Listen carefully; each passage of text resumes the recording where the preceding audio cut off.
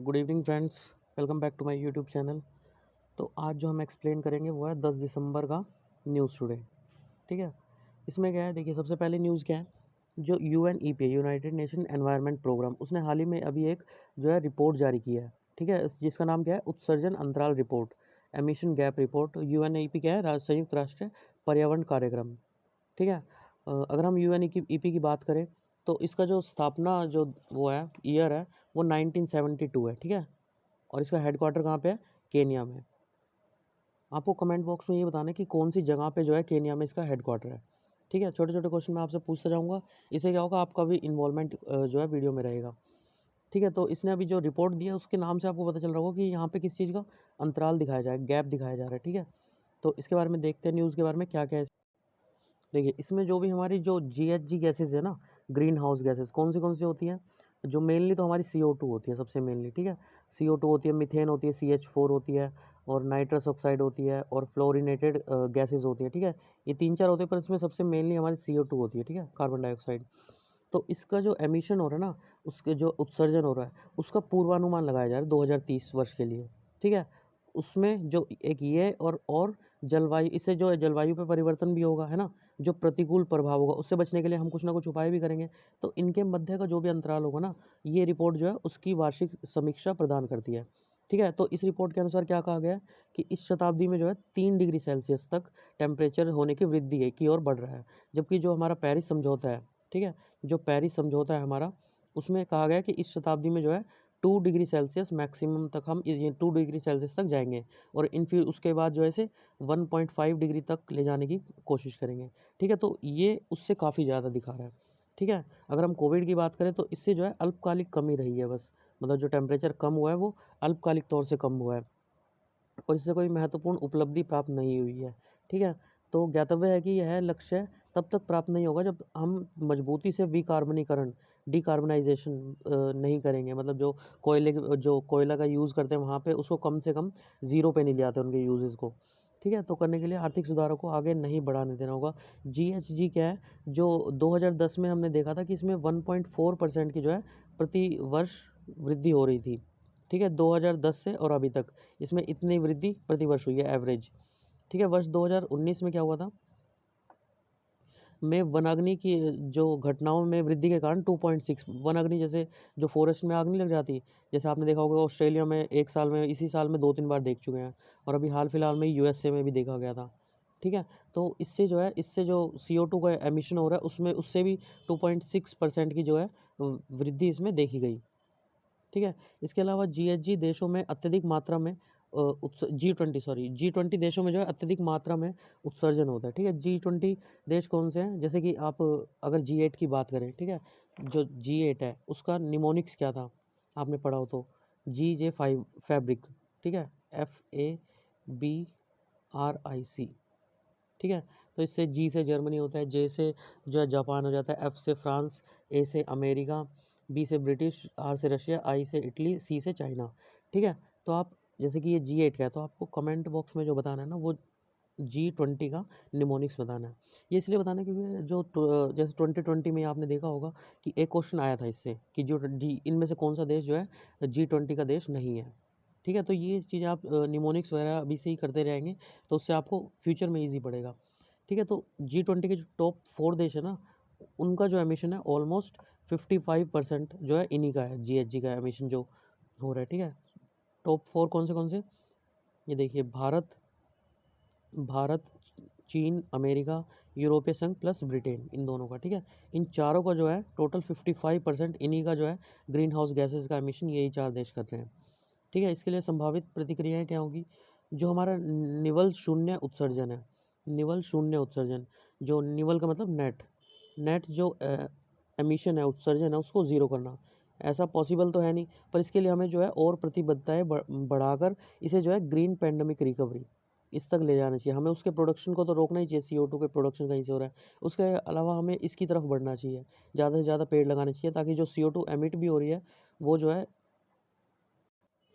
है यहीं के यहीं पे ख़त्म हो जाए। ठीक है, तो इसके अलावा क्या कर सकते हैं हम, जो कोयले से संचालित जो भी विद्युत संयंत्र है, ठीक है, जो भी विद्युत संयंत्रों को चरणबद्ध रीति से समाप्त किया जाए, जो भी कोयले से संचालित है, ठीक है, क्योंकि हम जो पेट्रोल है उसको तो रोक नहीं सकते, वो भी काफ़ी ज़्यादा मात्रा में जो है CO2 का एमिशन करता है।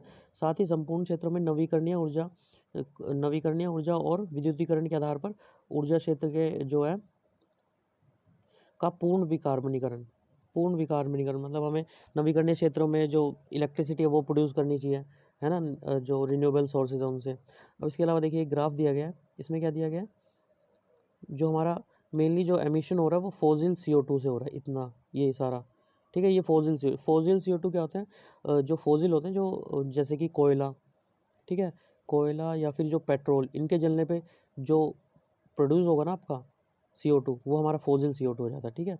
तो इस सबसे ज़्यादा यही प्रोड्यूस करते हैं। उसके अलावा CO2, कार्बन डाइऑक्साइड, ये भी काफ़ी ज़्यादा प्रोड्यूस करते हैं, ठीक है। तो ये हमारा जो ग्लोबल GHG एमिशन, ये ग्लोबली हमारा दिखा रहा है, ठीक है, पूरे वर्ल्ड का।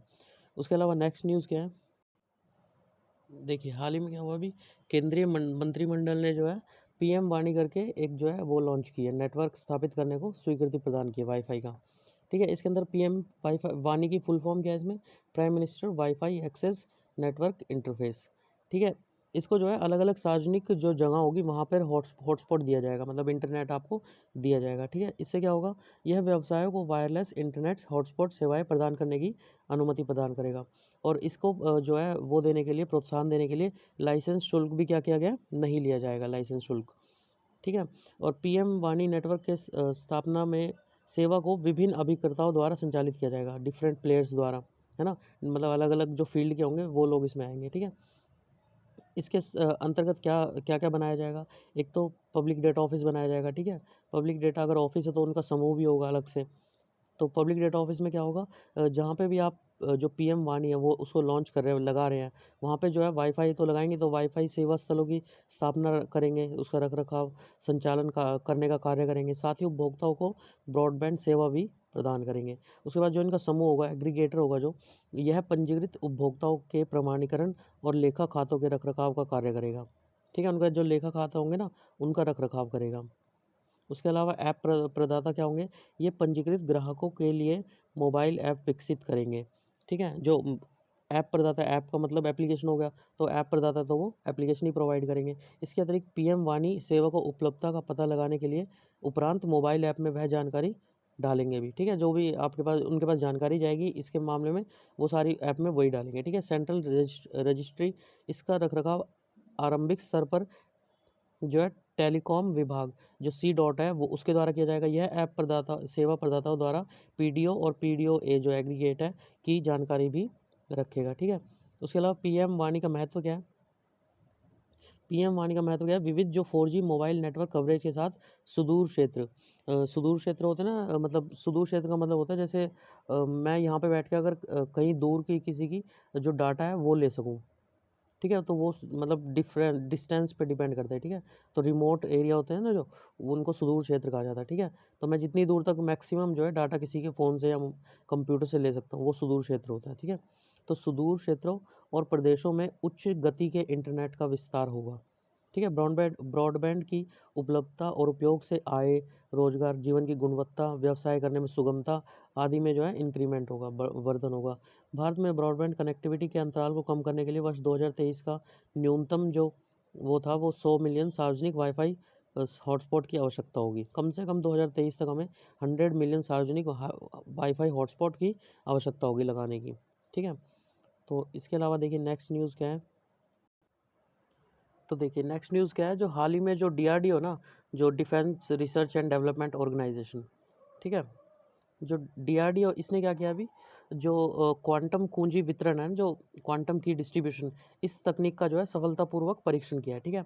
अगर क्वांटम की जो डिस्ट्रीब्यूशन है इसके बारे में देखें, तो ये एक तरह की तकनीक है जिससे हम क्या करते हैं, जो सिमेट्रिक एन्क्रिप्शन कीज़ होती है, सिमेट्रिक मतलब जो देखने में एक जैसी हो, सेम टू सेम हो, उसके जो डिस्ट्रीब्यूशन होगा ना, वितरण होगा, उसको सुरक्षित करने के लिए क्वांटम फिजिक्स का, क्वांटम भौतिकी क्या होता है, फिजिक्स, ठीक है, इसका यूज़ करते हैं, क्वांटम फिजिक्स का यूज़ करके हम इसका यूज़ करते हैं, ठीक है। QKD में एन्क्रिप्शन जो कुंजी होती है उसको फाइबर ऑप्टिक केबल होता है, ठीक है। फाइबर ऑप्टिक एक तरह का केबल मतलब तार होता है, उसमें क्या करते हैं क्यूबिट जो होते हैं ना उसके रूप को प्रेक्षित करते हैं। प्रेक्षित क्या होता है, ट्रांसफ़र करते हैं क्यूबिट्स को, ठीक है। क्यूबिट को जो पारंपरिक वो था हमारा जो पहले हम करते थे वो क्या करते थे, जो बिट्स को करते थे, ठीक है। आपने कंप्यूटर में पढ़ा होगा बिट्स, है ना, बाइट ये होता है। पहले हम बिट्स को ट्रांसफ़र करते थे, अब क्या करते हैं बाइट को ट्रांसफ़र करते हैं, क्यूबिट को सॉरी क्यूबिट को जो है ट्रांसफ़र करते हैं, पहले बिट्स को करते थे। तो इसका क्या करते हैं उपयोग बुनियादी संसाधनों के रूप में करते हैं। उसी प्रकार जो क्वांटम कंप्यूटिंग होती है उसमें क्यूबिट्स का यूज़ किया जाता है अब, ठीक है। तो कुछ चीज़ें ऐसे होती है जैसे कि आप इसको डायरेक्ट अगर हिंदी में पढ़ने जाएंगे तो आपको कुछ चीज़ें समझ में नहीं आएंगी, है ना। तो थोड़ा बहुत आप इंग्लिश का भी इसमें यूज़ कर सकते हैं, ठीक है। जैसे सिमेट्रिक एन्क्रिप्शन कोड इस टाइप की आपको हिंदी अगर आप लिखेंगे तो काफ़ी आपको जो है डिक्शनरी देखनी पड़ेगी, ठीक है। तो कुछ चीज़ें आप जो आपको समझना है वो डायरेक्ट आप इंग्लिश में भी यूज़ कर सकते हैं, क्योंकि इस टाइप के क्वेश्चन जो है आपके प्रीलिम्स में ज़्यादा हिट करेंगे, ठीक है। मेंस में अगर आएगा भी तो घुमा फिरा के आएगा, आपको 1 या 2 पॉइंट इस क्वेश्चन मतलब इस टॉपिक से उठाने की ज़रूरत होगी, ठीक है। तो इसके अलावा क्या है, इसने क्या इसका यूज़ किस लिए किया गया, जो अभी मतलब जो इसका ट्रायल लिया गया वो 2 जो लैब थी ना, प्रयोगशाला थी, उसके मध्य संचार सफलतापूर्वक प्रदर्शन किया इसका, ठीक है। संचार किया उनके बीच में, कम्युनिकेशन किया, ठीक है। तो यह 2 संचार पक्षों को उन दोनों द्वारा साझा की गई उन्हें विशेष रूप से ज्ञात यादृच्छिक गुप्त कुंजी। अब देखिए यादृच्छिक जो है वो होता है रैंडम, ठीक है। जैसे मैं आपको एक वो दूँ कार्ड्स दूँ और इसमें बोलूँ कि रैंडम आप कोई भी कार्ड पिक करो, है ना, मतलब कोई भी। तो इस टाइप से आपको काफ़ी जो है भारी-भारी शब्द देखने को मिलेंगे। तो थोड़ा बहुत आप अपनी इंग्लिश भी थोड़ा इसके साथ डेवलप कर लीजिए। तो यादृच्छिक गुप्त जो रैंडम जो वो होती है कि गुप्त कुंजी मतलब की होती है, उसके माध्यम से के साथ आने में सक्षम बनाता है। इसलिए केवल वे इसका उपयोग संदेशों को जो है एन्क्रिप्टेड और डिक्रिप्टेड, जैसे कि कोई आपके पास जैसे कोई मैसेज आया तो बोलते हैं ना कि ये एन्क्रिप्टेड है तो उसपे पासवर्ड माँगता है ना, तो उसको डिक्रिप्ट करने के लिए उसमें पासवर्ड लगाना पड़ता है फिर, ठीक है। तो ये इस फॉर्म में इसका यूज़ किया जाएगा। तो यदि कोई अवैध संस्था, मान लीजिए कोई अवैध संस्था अगर उसको जो है पठन मतलब पढ़ने की कोशिश करती है, तो इससे क्या होगा, जो उसके फोटोन होंगे ना वो एन्कोडेड क्यूबिट्स के अव्यवस्थित हो जाएँगे, ठीक है। उनकी व्यवस्था ख़राब हो जाएगी अगर आप कोई उसको बाहर से पढ़ने का जो कोशिश करेगा, तो उससे क्या होगा, प्रसारण अशुद्धियाँ उत्पन्न होगी, जिसके कारण अंतिम वैध जो उपभोगकर्ता जो उसको यूज़ करेगा, उसको तुरंत सूचना मिल जाएगी, है ना। तो इससे क्या होगा, सुरक्षित संचार सुनिश्चित होगा जो रक्षा और सामरिक एजेंसियों के लिए महत्वपूर्ण है, ठीक है। यह मानकों को परिभाषित करने के साथ साथ क्रिप्टो प्रौद्योगिकी संबंधी नीतियों का निर्माण करने में सहायता प्रदान करेगा, जो क्यूकेडी प्रणाली का उपयोग करेंगी, ठीक है। क्वांटम सूचना प्रौद्योगिकी के क्षेत्र में स्टार्टअप और लघु एवं मध्य उद्यमों को सक्षम बनाएगा, ठीक है। थोड़ा सा 1-2 बार आप इसे पढ़ेंगे आपके दिमाग में आ जाएगा, ठीक है। उसके बाद नेक्स्ट न्यूज़ क्या है देखिए इसमें।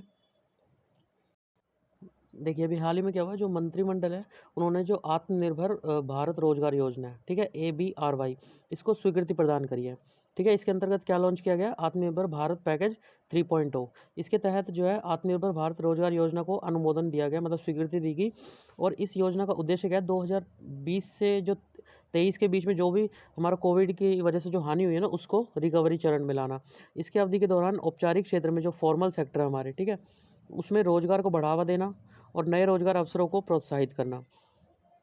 इसके उसमें जो रिस्पेक्ट में क्या किया गया है, इस टाइप इसमें क्या विशेषता है, जो हमारा पैकेज 3.0 है, इसमें जिन रोजगार प्रदाता संगठन, जो रोजगार प्रदाता मतलब जो रोजगार देते हैं, उनमें जो 1000 कर्मचारी हैं अगर जिस भी संगठन में, ठीक है, वहाँ केंद्र सरकार ने क्या किया है, जो भी उनका वो था ना PF, वो अब जो है उनको वेजेस की तरह दिया जाएगा, ठीक है, काटा नहीं जाएगा। मतलब वो कर्मचारियों के संदर्भ में 2 वर्ष की अवधि के लिए जो 2 साल तक कर्मचारी और नियोक्ता, जो नियोक्तकर्ता और जो वहाँ का कर्मचारी है, उसको दोनों के अंशदान का जो कर्मचारी भविष्य निधि है, जो एम्प्लॉयमेंट प्रोविडेंट फंड होता है, PF होता है जो, उसमें भुगतान करेगी 1 अक्टूबर 2020 से लेके और 30 जून 2021 तक, ठीक है।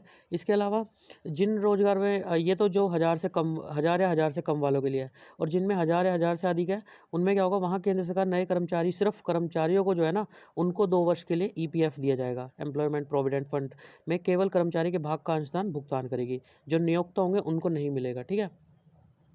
इसके अलावा जो लाभार्थी हैं उनको क्या होगा, जो जिनकी सैलरी जो 15,000 रुपये से क्या है कम है, और वह किसी ऐसे संस्थान में कार्यरत नहीं था जो 1 अक्टूबर 2020 से पहले जो है EPFO में जो है अभी तक जो जिसने पंजीकृत मतलब रजिस्टर अभी तक नहीं किया, वो ही इस योजना का फ़ायदा उठा पाएंगे, ठीक है। जिस भी कंपनी ने कर रखा होगा ईपीएफओ में रजिस्टर, उसको इसका फ़ायदा नहीं मिलेगा। ईपीएफओ यह सुनिश्चित करने के लिए एक उपयुक्त तरीका अपनाएगा कि जो आत्मनिर्भर भारत रोजगार योजना है उसको और ईपीएफ ये दोनों आपस में ओवरलैपिंग ना कर जाएं। ठीक है, ये ईपीएफओ की जिम्मेदारी है इसको सुनिश्चित करना। चिंताएं क्या है इसमें, जो निम्न आय वाले और निम्न कौशल वाले युक्त रोजगार को प्रोत्साहन देगा। कई प्रतिष्ठान ईपीएफओ में पंजीकृत होने के कारण उन्हें जो है इसका लाभ नहीं मिल पाएगा। ठीक है, उसके अलावा जो है प्रधानमंत्री गरीब कल्याण रोजगार अभियान, इसके बारे में क्या है, इस योजना को 20 जून 2020 को प्रारंभ किया गया था। इसके अंदर 6 जो है वो उनको राज्यों को इसमें फ़ायदा मिला। जो बाहर से जो हमारे प्रवासी मजदूर आ रहे हैं उनके लिए बिहार, उत्तर प्रदेश, मध्य प्रदेश, राजस्थान, झारखंड, ओडिशा। ठीक है, इनमें जो प्रवासी मजदूर जो वापस लौट के आए इनके लिए रोजगार और आजीविका के अवसरों को प्रोत्साहित करेगी इसके तहत। ठीक है, इस अभियान के जो टिकाऊ बुनियादी ढांचे के निर्माण में 50,000 करोड़ रुपए की धनराशि व्यय की जाएगी। इसमें 116 जिलों के ग्रामीण क्षेत्रों में रोजगार व विविध कार्यों के लिए 25 कार्य क्षेत्रों की पहचान की गई है। 125 दिनों की अवधि के लिए इसे कार्यान्वित किया गया था। ठीक है, उसके बाद नेक्स्ट न्यूज़ देखिए हाल ही में क्या हुआ है, जो कोविड की वजह से जो है जो इसरो का है ना, इंडियन स्पेस रिसर्च ऑर्गेनाइजेशन। ठीक है, हिंदी वाला आपके सामने लिखा होता है इसलिए मैं इंग्लिश वाला पढ़ देता हूँ। इंडियन स्पेस रिसर्च ऑर्गेनाइजेशन की जो गगनयान परियोजना है उसमें 1 वर्ष का विलंब होने की संभावना है। ठीक है, इसके बारे में देखिए अभी हाल ही में क्या हुआ है, जो मंत्रिमंडल है उसने इस परियोजनाओं को मंजूरी दे दिया। परियोजना क्या है, जो कोची है ना उससे जो लक्षद्वीप है उसके जितने भी द्वीप है ना उनको कनेक्ट किया जाएगा ओएफसी की मदद से, ऑप्टिकल फाइबर केबल की मदद से। ठीक है, ये एक तरह की वायर होती है, इसके बारे में हम यहाँ इस पैराग्राफ में पढ़ेंगे। तो इसके माध्यम से जो है ये अलग अलग द्वीपों को जोड़ रही है, कवरती, कलेपनी, आगती, ये सब। ठीक है, इन सब द्वीपों को जोड़ा जाएगा। एक प्रत्यक्ष दूरसंचार लिंक उपलब्ध कराने की जो है परिकल्पना करी जा रही है। इस योजना में क्या है, इसको वित्त पोषण कौन कर रहा है इस योजना को। ठीक है, ओएफसी से जो हम जोड़ रहे हैं इन दोनों को, कोची लक्षद्वीप को, इसको वित्त पोषण कर रहा है यूएसओएफ, मतलब यूनिवर्सल सर्विस ऑब्लिगेशन फंड, सार्वभौमिक सेवा दायित्व वित्त पोषण कर रहा है। और जो परियोजना का क्रियान्वयन कौन करेगा, बीएसएनएल। ठीक है, भारत संचार निगम लिमिटेड, इसके द्वारा किया जाएगा। ठीक है, और इस योजना को जो है मई 2023 तक पूर्ण करने का लक्ष्य निर्धारित किया गया। इसमें क्या है, जो उच्च बैंडविड्थ प्रदान करेगी। ठीक है, इसकी जो बैंडविड्थ होगी वो काफ़ी हाई होगी। इसके अलावा एक सेकेंड, इसके अलावा क्या होगा, जो हाई बैंडविड्थ होगी और यह क्या करेगी, ई गवर्नेंस सेवा, जो भी मत्स्य क्षेत्र की जो क्षमता होगी, उच्च मूल्य पर्यटन होगा, दूरस्थ शिक्षा होगी, टेलीमेडिसिन सुविधा होगी, इन सब के वितरण में भी सहायता होगी, है ना, क्योंकि हमारे पास जो कनेक्टिविटी आ जाएगी। वर्तमान में जो लक्षद्वीप के लिए जो है दूर संचार कनेक्टिविटी केवल उपग्रहों के माध्यम से हमें मतलब वहाँ पे करना पड़ता है। ठीक है, जो हमारे आसमान में जो जितने भी उपग्रह हैं जो उसमें है स्पेस में, उसकी वजह से करना पड़ता है, इसके माध्यम से प्रदान की जाए। परंतु यहाँ उपलब्ध बैंडविड्थ की क्षमता, इसकी क्षमता बहुत ज़्यादा है, 1 GB पर सेकंड। ठीक है, 1 सेकंड में 1 GB जो है सेंड हो जाएगा। तो इतनी हाई बैंडविड्थ का हम यूज़ नहीं कर रहे हैं, इसलिए अब जो है यहाँ पे कनेक्टिविटी बढ़ाई जा रही है। लक्षद्वीप अरब सागर में स्थित है। ठीक है, अरब सागर में यहाँ पे स्थित है लक्षद्वीप, इधर हमारा अंडमान निकोबार है। तो इसमें जो भारत के लिए सामरिक दृष्टि से अत्यधिक महत्वपूर्ण हो जाता है। इन द्वीपों में रहने वाले लोगों का सुरक्षित, मजबूत और विश्वसनीय और वहनीय मतलब चीप जो दूरसंचार सेवाओं की उपलब्धता संपूर्ण देश के लिए सामरिक दृष्टिकोण से काफ़ी महत्वपूर्ण है। लक्षद्वीप के द्वीपों में लॉजिस्टिक सेवाओं का एक विशाल हब बनने की क्षमता विद्यमान है, क्योंकि लक्षद्वीप क्या है, छोटे छोटे द्वीपों में बटा हुआ है। ऐसे आप देखेंगे तो काफ़ी छोटे छोटे द्वीप में है, जहाँ पे वो काफ़ी हमें एरिया जो, और मैक्सिमम वो प्रवाल भित्ति से बना हुआ है। ठीक है, तो हाल ही में अंडमान निकोबार द्वीप समूह को भी सबमरीन ऑप्टिकल जो ओएफसी है उससे सुयोजित किया गया। ठीक है, ओएफसी होता क्या है, देखिए ये एक तरह का जो है सिग्नल प्रेषित क्या होता है, ट्रांसफ़र करना। सिग्नल को ट्रांसफ़र करने हेतु जो है विद्युत के स्थान पर प्रकाश का, इलेक्ट्रिसिटी की जगह ये जो है लाइट का यूज़ करता है। ठीक है, लाइट का यूज़ करता है, और प्रकाश केबल की जो केबल होता है ना उसका, ये फाइबर केबल होता है, इसकी परतों से निरंतर टकराते हुए फाइबर ऑप्टिक्स केबल में आगे बढ़ता रहता है। जैसे ये केबल है, ठीक है, आपने वो 11th या आई थिंक सो 12th में पढ़ा होगा आपने, TIR, टोटल इंटरनल रिफ्लेक्शन। यहाँ से मतलब प्रकाश एंटर होता है, फिर यहाँ पे ऐसे करके चलता रहता है वो। ठीक है, यहाँ पे मिरर लगा देते हैं उसमें, जब 11th 12th में जो हमने एक्सपेरिमेंट किया होगा। ठीक है, तो इसका यूज़ करके ये आगे आगे बढ़ता रहता है। प्रत्येक प्रकाश जो कण होता है ना, जो फोटोन होता है निरंतर आंतरिक दर्पण सदृश्य परावर्तन के साथ पाइप में तीव्र गति से प्रेक्षित मतलब ट्रांसफर होता रहता है। ऑप्टिकल फाइबर केवल लंबी दूरी हेतु दूरसंचार और उच्च गति से डेटा प्रसारण में सहायता करती है ना, क्योंकि लाइट की स्पीड काफ़ी ज़्यादा इलेक्ट्रिसिटी के कंपैरिजन में। ये गैर धात्विक होता है, इसमें मेटल का यूज़ नहीं होता। ठीक है, इससे क्या होता है, जो हमारी विद्युत चुंबकीय हस्तक्षेप होगा ना, वो प्रभावित नहीं करेगा इसे, क्योंकि इसमें मेटल होता ही नहीं है। ये हस्तक्षेप संचरण की गति को कम कर सकता है। ठीक है, ये हस्तक्षेप क्या कर सकता है, संचरण जो हमारा जो ट्रांसफ़र होगा उसकी गति को कम कर सकता है, इसलिए इसमें हस्तक्षेप होता ही नहीं है क्योंकि नॉन मेटेलिक है। ठीक है, तो इसके अलावा देखिए अब जो है अन्य छोटी-छोटी खबरें देखिए। पहली न्यूज़ क्या है, जो बेटर देन कैश अलायंस। ठीक है, बेटर देन कैश अलायंस, इसमें क्या गया अभी जो संयुक्त राज्य अमेरिका द्वारा समर्थित बेटर देन कैश अलायंस में 75 से अधिक सरकारों, कंपनियों और अंतर्राष्ट्रीय संगठनों को इनको एक साथ लाया गया है। ठीक है, इसमें क्या कहा गया है, ये सतत विकास लक्ष्यों को आगे बढ़ाने के लिए नकदी के जो कैश की जगह जो है उत्तरदायी डिजिटल भुगतान की विधि के अंगीकरण करने के त्वरित करता है। ठीक है, यह दक्षता, पारदर्शिता, महिलाओं को अधिक सहभागिता और वित्तीय समावेशन को बढ़ावा देने के लिए भुगतान को डिजिटल बनाने हेतु प्रतिबद्ध है। ठीक है, भारत इसका 2015 में गठबंधन मतलब सदस्य बन चुका है। हाल ही में भारत और better than cash alliance K fintech समाधानों पर एक संयुक्त जो है जॉइंट पीर लर्निंग एक्सचेंज का आयोजन किया गया है। ठीक है, इसमें ज़्यादा आपको कुछ खास ध्यान नहीं रखना, बस ये रखना है कितने जैसे सदस्य थे, भारत इसका मेंबर कब बना। ठीक है, और उसके बाद हाल ही में ये जो चला है, इससे इतना वो नहीं है, इंपॉर्टेंट नहीं है ये कब बना और क्या इसमें कितने मेंबर्स हैं। ठीक है, तो इसके अलावा देखिए सेकंड न्यूज़ क्या है, इंटीग्रेटिव मेडिसिन विभाग। हाल ही में जो आयुष मंत्रालय और ये जो एम्स है, उन्होंने क्या किया, एक इंटीग्रेटिव मेडिसिन विभाग स्थापित किया। दोनों ने इंटीग्रेट क्या होता है, दोनों को समग्र मतलब एक साथ लेके आना। इन दोनों ने एक साथ मिलकर जो है एक मेडिसिन विभाग स्थापित करने के लिए कार्य आरंभ करने का निर्णय किया है। ठीक है, देखिए अब आयुष क्या होता है आपको पता होगा, AYUSH। ठीक है, ये मतलब आयुर्वेदा, योगा, यूनानी, सिद्धा और एच से होम्योपैथी। ठीक है, तो ये मतलब जो हमारे जो पारंपरिक वो थे ना, हमारे चिकित्सा मेथड थे, उनका यूज़ करता है। ठीक है, तो यह निर्धारित किया गया कि एम्स और centre for integrative medicine and research इसके कोविड उपरांत उपचार पर अध्ययन के लिए आयुर्वेदा और योग को एक साथ एकीकृत प्रोटोकॉल विकसित किया जाएगा। ठीक है, दोनों मिलकर जो है एक प्रोटोकॉल सिद्ध करेंगे, मतलब लेके आएंगे एक प्रोटोकॉल, ताकि इन दोनों को यूज़ करके जो है मेडिसिन में डेवलपमेंट कर सकें। यह कदम आधुनिक चिकित्सा के साथ पारंपरिक जो चिकित्सा के एकीकरण की दिशा में प्रगति को दर्शाता है। उसके बाद क्या है, शहरी शासन सूचकांक 2020। देखिए इसको जो है अभी किसने रिलीज़ किया है, प्रजा फाउंडेशन द्वारा जारी किया गया है। ठीक है, ये याद रखिएगा, प्रजा फाउंडेशन जो शहरी शासन सूचकांक है। ठीक है, इसमें ये देखा जाता है कि जो भी राज्य है ना, वे कितने ज़मीनी स्तर पर जो है लोकतंत्र और स्थानीय स्वशासन के वास्तविक सशक्तिकरण के संदर्भ में किस स्तर पर है। ठीक है, जैसे कि अभी ओडिशा को देखा गया कि वो इसमें जो हमारा स्थानीय जो होता है ना, स्वशासन होता है या फिर लोकतंत्र होता है, इसको प्रोत्साहित देने के लिए इसको जो है शुरू किया गया था।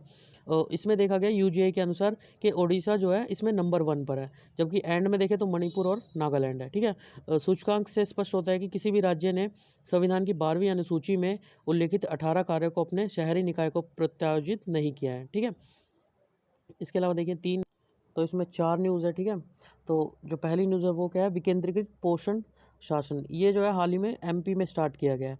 इसके अंतर्गत एक सहयोगिनी मातृ समिति या फिर मातृ सहयोगी समिति का गठन किया गया है। इसका उद्देश्य क्या है, एकीकृत बाल विकास सेवाओं के कार्यान्वयन की जो है निगरानी करना। एसएमएस जो है इसको स्थानीय स्तर पर सेवा प्रदाता संस्थाओं की जवाबदेही तय करने का अधिकार होगा। ठीक है, जो स्थानीय जो वो होगा उस पर जो है सेवा प्रदाता होंगे, जो भी सर्विस आपको प्रोवाइड करेंगे उसकी जवाबदेही तय करने का अधिकार होगा। यह सतर्कता समिति के रूप में कार्य करने, पोषण एवं मातृत्व पात्रता कार्यक्रमों के सामाजिक लेखा परीक्षण के लिए भी अधिकृत है। यह उपाय कार्यक्रमों में जो है विकेंद्रीकरण की प्रभावकारिता का मार्ग प्रशस्त करने के साथ साथ देश के शेष राज्यों के लिए भी अनुकरणीय होगा। इसके अलावा देखिए सिंधु घाटी जो सभ्यता है उसमें अत्यधिक मांस का सेवन किया जाता था, ऐसे अभी जो है अध्ययन के अनुसार जो है कुछ वो मिले, सबूत मिले। ठीक है, तो सैंधव जन थे उनके आहार में मांस का प्रभुत्व था, जिसमें गौमांस भोजन में व्यापक रूप से शामिल था। इस अध्ययन में शूकर, मवेशी, भैंस, भेड़, बकरी के मांस के साथ साथ डेयरी उत्पादों जैसे जो है उत्पादों के सेवन के साथ साथ साक्ष्य हमें ज्ञात हुए हैं। मृत्तिका जो शिल्प थी, जो मिट्टी से बने हुए शिल्प वो थे, उनका यहाँ से प्राप्त सर्वव्यापी कलाकृतियों में से एक है। ठीक है, मृत्तिका शिल्प। मृग, एंटीलोप, गज़ेल जैसे वन्य जीवों की प्रजातियां, पक्षी और नदी समुद्री संसाधनों की लघु अनुपात में पाए गए हैं। सैंधव सभ्यता आधुनिक जो पाकिस्तान है, आधुनिक पाकिस्तान, उत्तर पश्चिम और पश्चिम भारत एवं अफगानिस्तान के एक बड़े हिस्से में क्या है, विस्तृत थी। उसके अलावा देखिए, पोबितोरा वन्यजीव अभ्यारण्य। ठीक है, ये इस टाइप के जो क्वेश्चन होते हैं उन्हें अच्छे से अभी से ही अगर तैयार कर लेंगे तो आपको दिक्कत नहीं होगी, क्योंकि आपको पता होगा 2020 के जो वो था प्रीलिम्स था, उसमें एनवायरनमेंट के बहुत ज़्यादा क्वेश्चन आए हुए थे।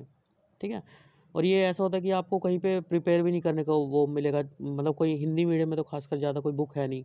ठीक है, तो आपको धीरे धीरे यहीं से प्रिपेयर होंगे जो है आपके करंट अफेयर्स होंगे।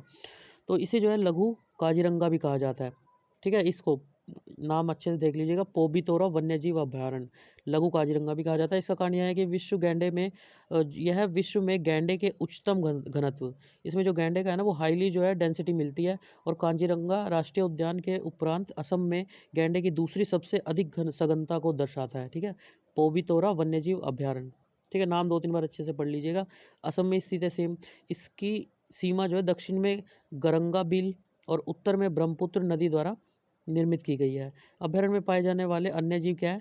तेंदुए, एशियाई जल भैंस, जंगली बिल्लियाँ, फ्लाइंग फॉक्स, जंगली शुगर, फिशिंग कैट, छोटी नाक वाली फलाहारी चमगादड़, भौंकने वाला जो मृग है, ग्रे मास्क श्रू है, आदि। ठीक है, इसके अलावा लास्ट देखिए क्या है, जो वैश्विक राष्ट्रीय धन निधि ये निवेश है। जो भारत है उसने निजी क्षेत्र में, जो प्राइवेट सेक्टर है उसमें वैश्विक राष्ट्रिक धन निधि निवेश के मामले में चीन को पीछे छोड़कर सर्वाधिक प्राथमिकता प्राप्त देश कर लिया है, देश बन गया है। यह निवेशकों के लिए भारत के बढ़ते आकर्षण का संकेत हो सकता है। जो SWF एक निवेश निधि होती है जो मुख्य रूप से राष्ट्रीय सरकार के स्वामित्व में होती है। ये निधियाँ सामान्यतः बॉन्ड, ठीक है, स्टॉक, स्वर्ण जो होता है सोना, रियल एस्टेट होती है जैसे वित्तीय संसाधनों में निवेश करती है।